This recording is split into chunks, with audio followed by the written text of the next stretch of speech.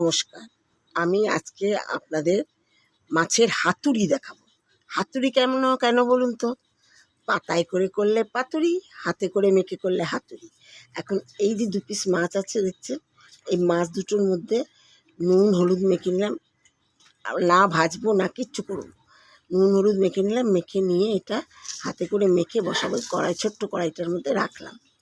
এবার দেখুন, এর মধ্যে সর্ষে বাটা দিয়ে দিলাম, লঙ্কা টঙ্কা দিয়ে সর্ষেটা বেটেছি, সেই সর্ষে বাটাটা দিয়ে ভালো করে মেখে নিলাম। একটুখানি 2টো কাঁচা লঙ্কা দিলাম, কাঁচা লঙ্কা দিয়ে বেটেওছি, আর 2টো কাঁচা লঙ্কা দিয়ে দিলাম, আর লবণ দেবো, হলুদ দেবো, সর্ষের তেল দেবো, দিয়ে ঢাকা দিয়ে বসাবো মাছের হাতুড়ি। গ্যাসটা জ্বালাই, লবণ দেব, এর মধ্যে একটুখানি হলুদ দিলাম,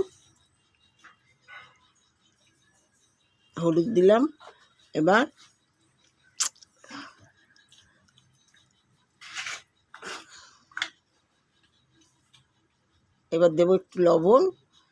ব্যাস, এবার আমি এটাকে মেখে সর্ষের তেল দিয়ে, হাতে মাখা মাছকে হাতুড়ি বলছি, হাতে মেখে দিচ্ছি। তার মধ্যে না তেলে ভাজা হচ্ছে না কিছু, কাঁচা মাছ। সর্ষে দিয়ে কাঁচা সর্ষের তেল দিয়ে হলুদ লবণ দিয়ে সর্ষে বাটা দিয়ে মেখে ঢাকা দিয়ে বসিয়ে দিচ্ছি। দেখুন, এবার সর্ষের তেল দেবো,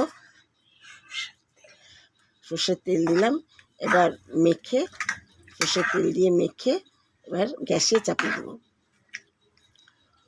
মাছের হাতুড়ি। দেখুন কেমন লাগে। ঢাকা দিয়ে এবার বসিয়ে দেবো।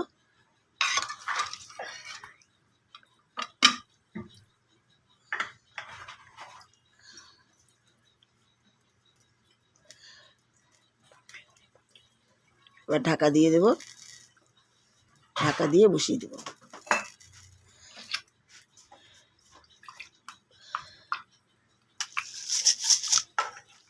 একটু জল দিয়ে দিলাম, বাটিটা ধুয়ে দিয়ে এবার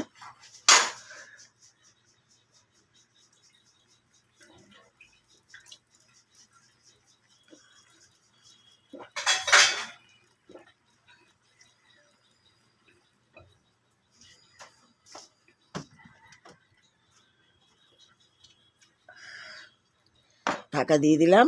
এবার আস্তে আস্তে হলে পরে সেটা আবার নামাবার সময় একটু কাঁচা তেল দিয়ে নামিয়ে দেবো।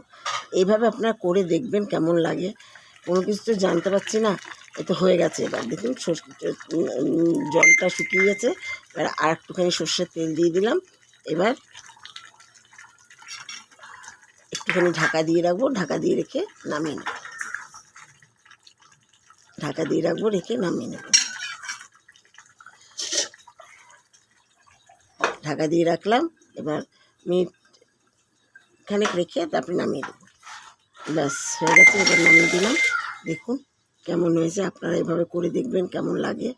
যদি ভালো লাগে তাহলে জানাবেন, সাবস্ক্রাইব করবেন, শেয়ার করবেন, কমেন্টস করে জানাবেন কেমন লাগছে না লাগছে।